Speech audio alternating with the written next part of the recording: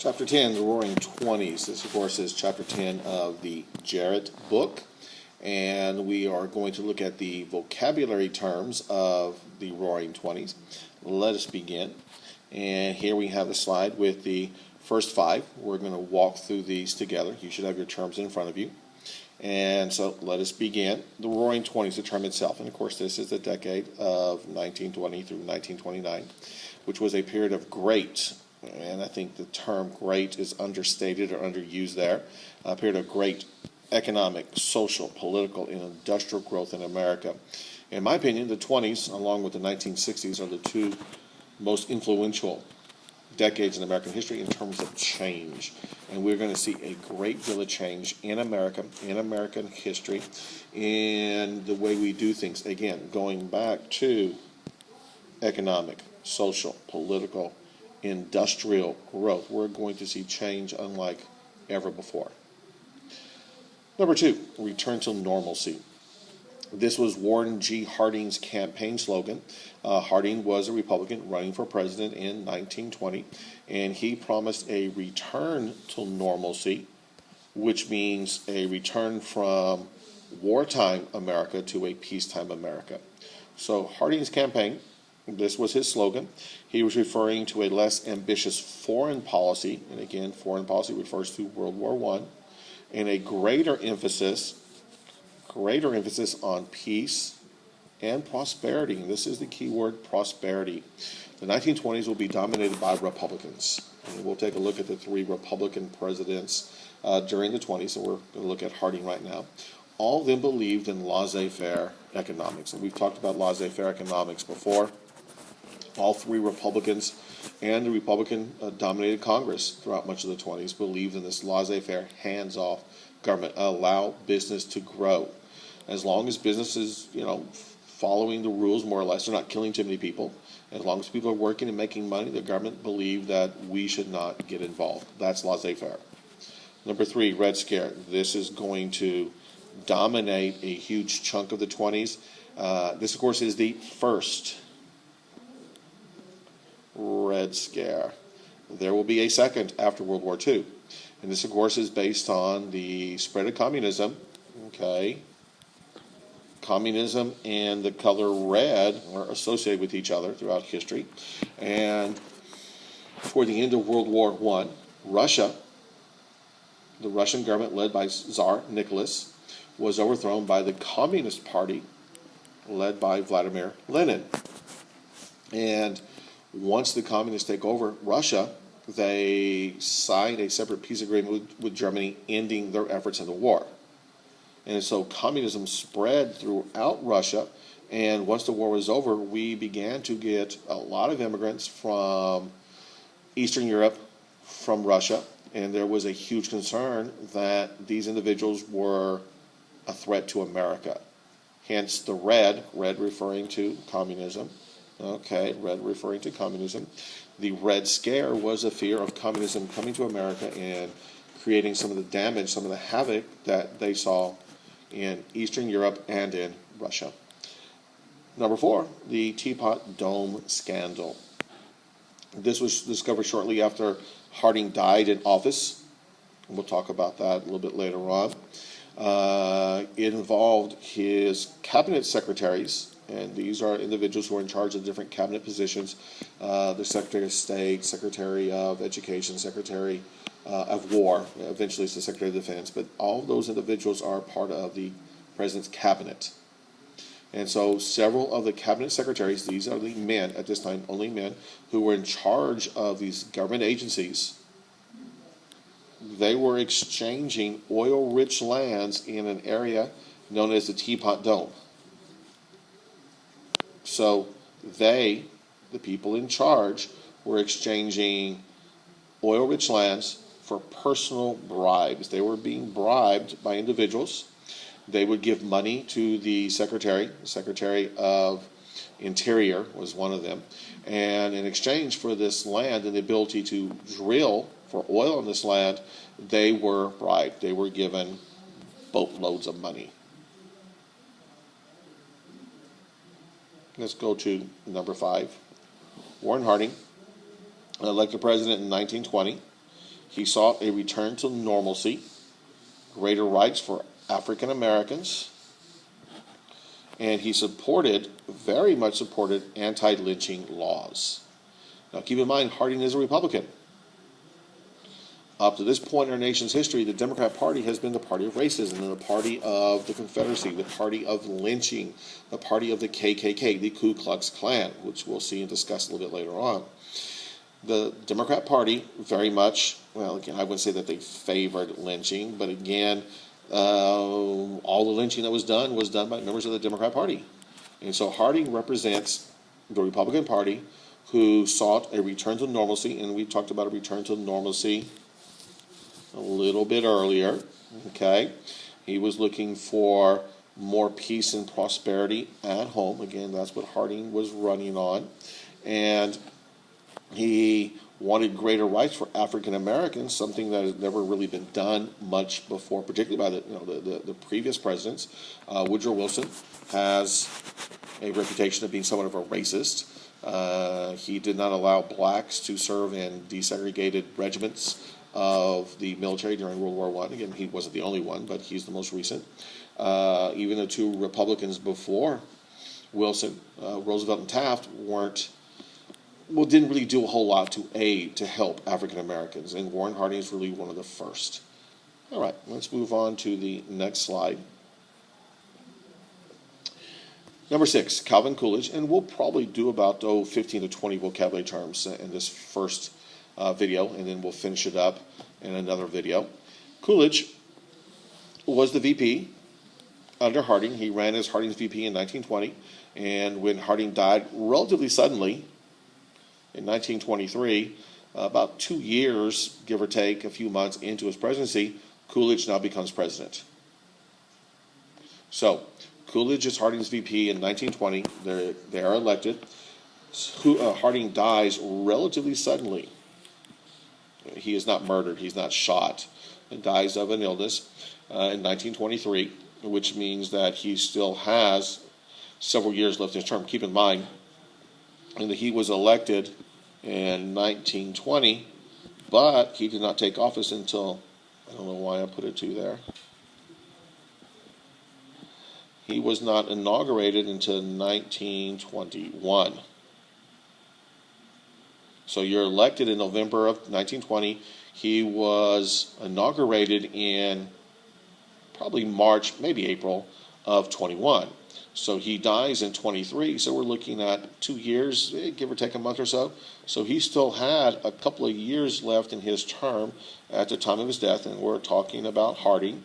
So that 2-year period of time was filled by Calvin Coolidge, who was Harding's VP. Harding had a very pro-business policy. His hands-off policy, laissez-faire, did lead to the stock market crash of 29. Again, it wasn't only his, but Harding's pro-business and his hands-off policies, laissez-faire, were continued by Calvin Coolidge. Again, he was a Republican at that time, and Republicans basically were very pro-business. They were big believers in laissez-faire, that hands-off. Now, was this good? Yeah, if you were a businessman, and we see tremendous growth of individuals, wealth, like Rockefeller, Carnegie, Vanderbilt, and others, Henry Ford. We see tremendous growth of those the personal wealth of those individuals, and many others. But we also see some unsound banking practices, some unsound practices concerning the stock market. We'll talk about the stock market a little bit later on, but right now, did the pro-business policies of the Republicans in this period of time lead to the stock market collapse? I wouldn't say it was the policies that led to them, but their policies did make create an environment where a situation was ripe, where we would have the stock market crash. So, laissez-faire economics, pro-business economics, does not lead to a stock market crash. It can, In this case, it did, but it's not necessarily A follows B, C follows B. It did this time, but it doesn't necessarily always happen that way. Okay, let's move on. Number 7, Herbert Hoover. He is the third of the Republican presidential winners. You have Harding, you have Coolidge, and you have Hoover. Hoover won in 1928, as it states right here. He served during World War I. He oversaw food production during World War I. So he was a part of the Wilson administration. Wilson was a Democrat. Herbert Hoover is a Republican. And so he oversaw the food production during World War I. He ran for and won the presidency in 1928. This, of course, is after Harding, his partial term, and then Coolidge fulfilling Harding's term and then running for his own term in 24. And then in 28, he did not run. Hoover ran and won. And Hoover continued the pro-business policies of the two previous presidents, which would be Herbert Hoover. I'm sorry, not Herbert Hoover. We're talking about Herbie. Which would be Calvin Coolidge and Warren. Oh, I'm sorry. Okay, I'm back. I'm sorry, something happened. I got kicked off for a second. Let me finish that last thought, or we go over it again. So Herbert Hoover continued the policies, of the two previous presidents who were both Republicans, Calvin Coolidge and Warren Harding. So in 20, we have Warren Harding elected. Calvin Coolidge takes over when Harding dies in 23, wins election in 24, and then Hoover wins in 28. And all three of the Republican presidents were very big believers in government hands-off policies of laissez-faire. All right, let's continue. Number 8, rugged individualism. This is the belief in the ability of a person to excel at anything given an opportunity and the desire to work. Now, again, a lot of components of this. Rugged individualism goes back to the Pilgrims, goes back to Plymouth Rock, goes back to Jamestown. It goes through every event which has occurred in American history. It's about rugged individualism. Everything Americans have ever done up to this point we're discussing, and well, even up to relatively recently, has been rugged individualism. Putting men on the moon, building the Panama Canal, fighting World War I, World War II, Orville and Wilbur Wright, on and on and on. Rugged individualism. This concept is something that is not unique to America, but is found more often in America than other places because of our system of government, because of our belief in the individual worth of individuals. Our belief that everyone can be successful, everybody can excel if they have opportunity, and this is the most important one, the desire to work. This kind of goes back to Teddy Roosevelt's square deal policies we talked about several chapters ago. Teddy believed as long as people were given a fair opportunity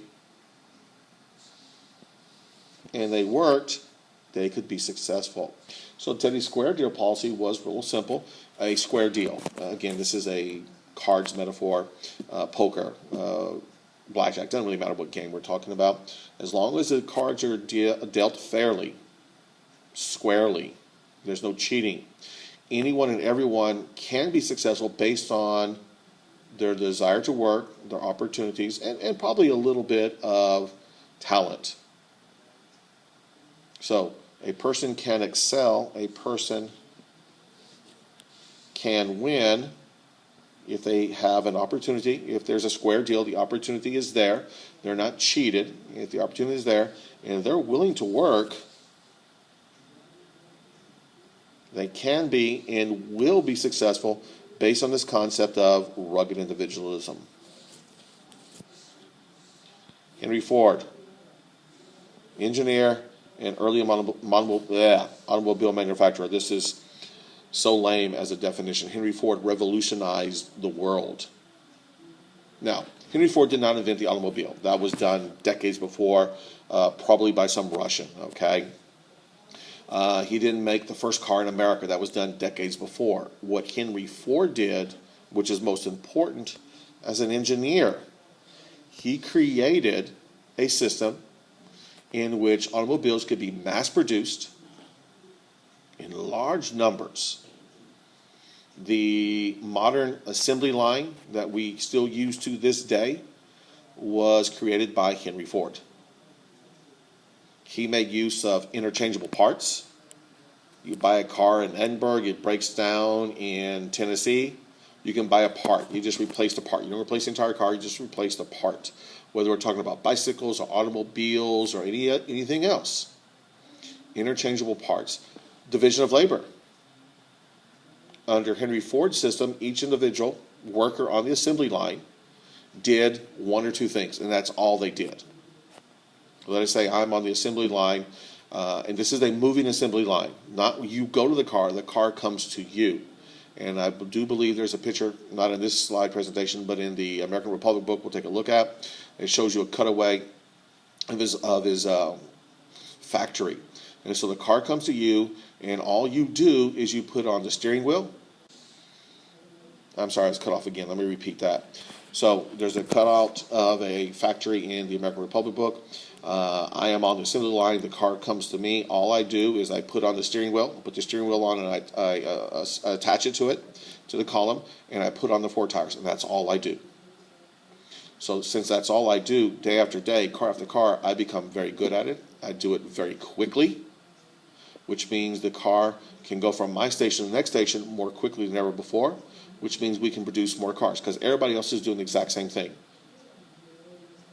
They're doing what they do. They install the engine, put the seats in, install the windows. It doesn't matter what it is. The more repetitions, the faster, the better you get at it, the faster we produce cars. So what on our first day, let's say we all start working the same time the first day, it may take us all day to finish one car. In a couple of days, we'll be able to do 5 or 6 cars. And then in a couple of weeks or months, we'll be able to do 50, 60, 100 cars a day because we get better. We get faster through repetition. Prohibition. Prohibition, the manufacturing, the selling, and consumption of alcohol.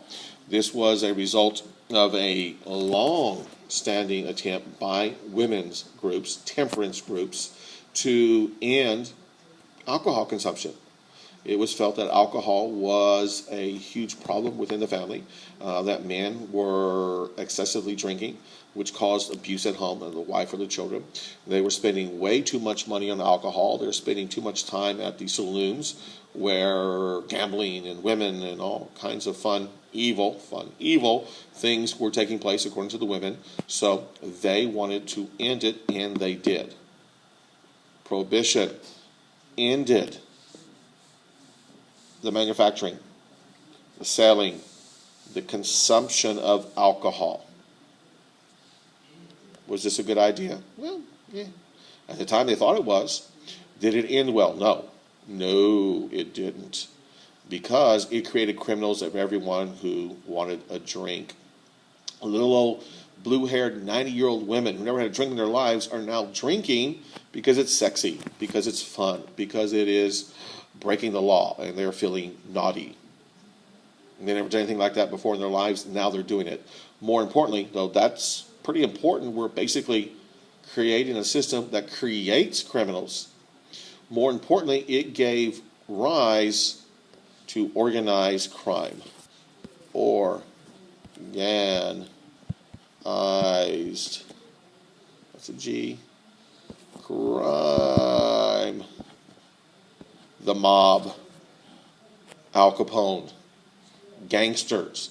And I don't mean little boys walking up and down the hallway with their pants halfway down the butt looking stupid, with their hat on sideways and backwards looking like an idiot. I mean gangsters, real gangsters. And we'll talk more about Al Capone and gangsters as we go, but these are bad men. Okay, we're going to go ahead and stop this video at this point, or this part of the video at this point. I want to keep these videos around 20, 22 minutes or so, and we're approaching 20 minutes now. So I'm going to go ahead and stop it, and we will continue with vocabulary term number 11 in the next video.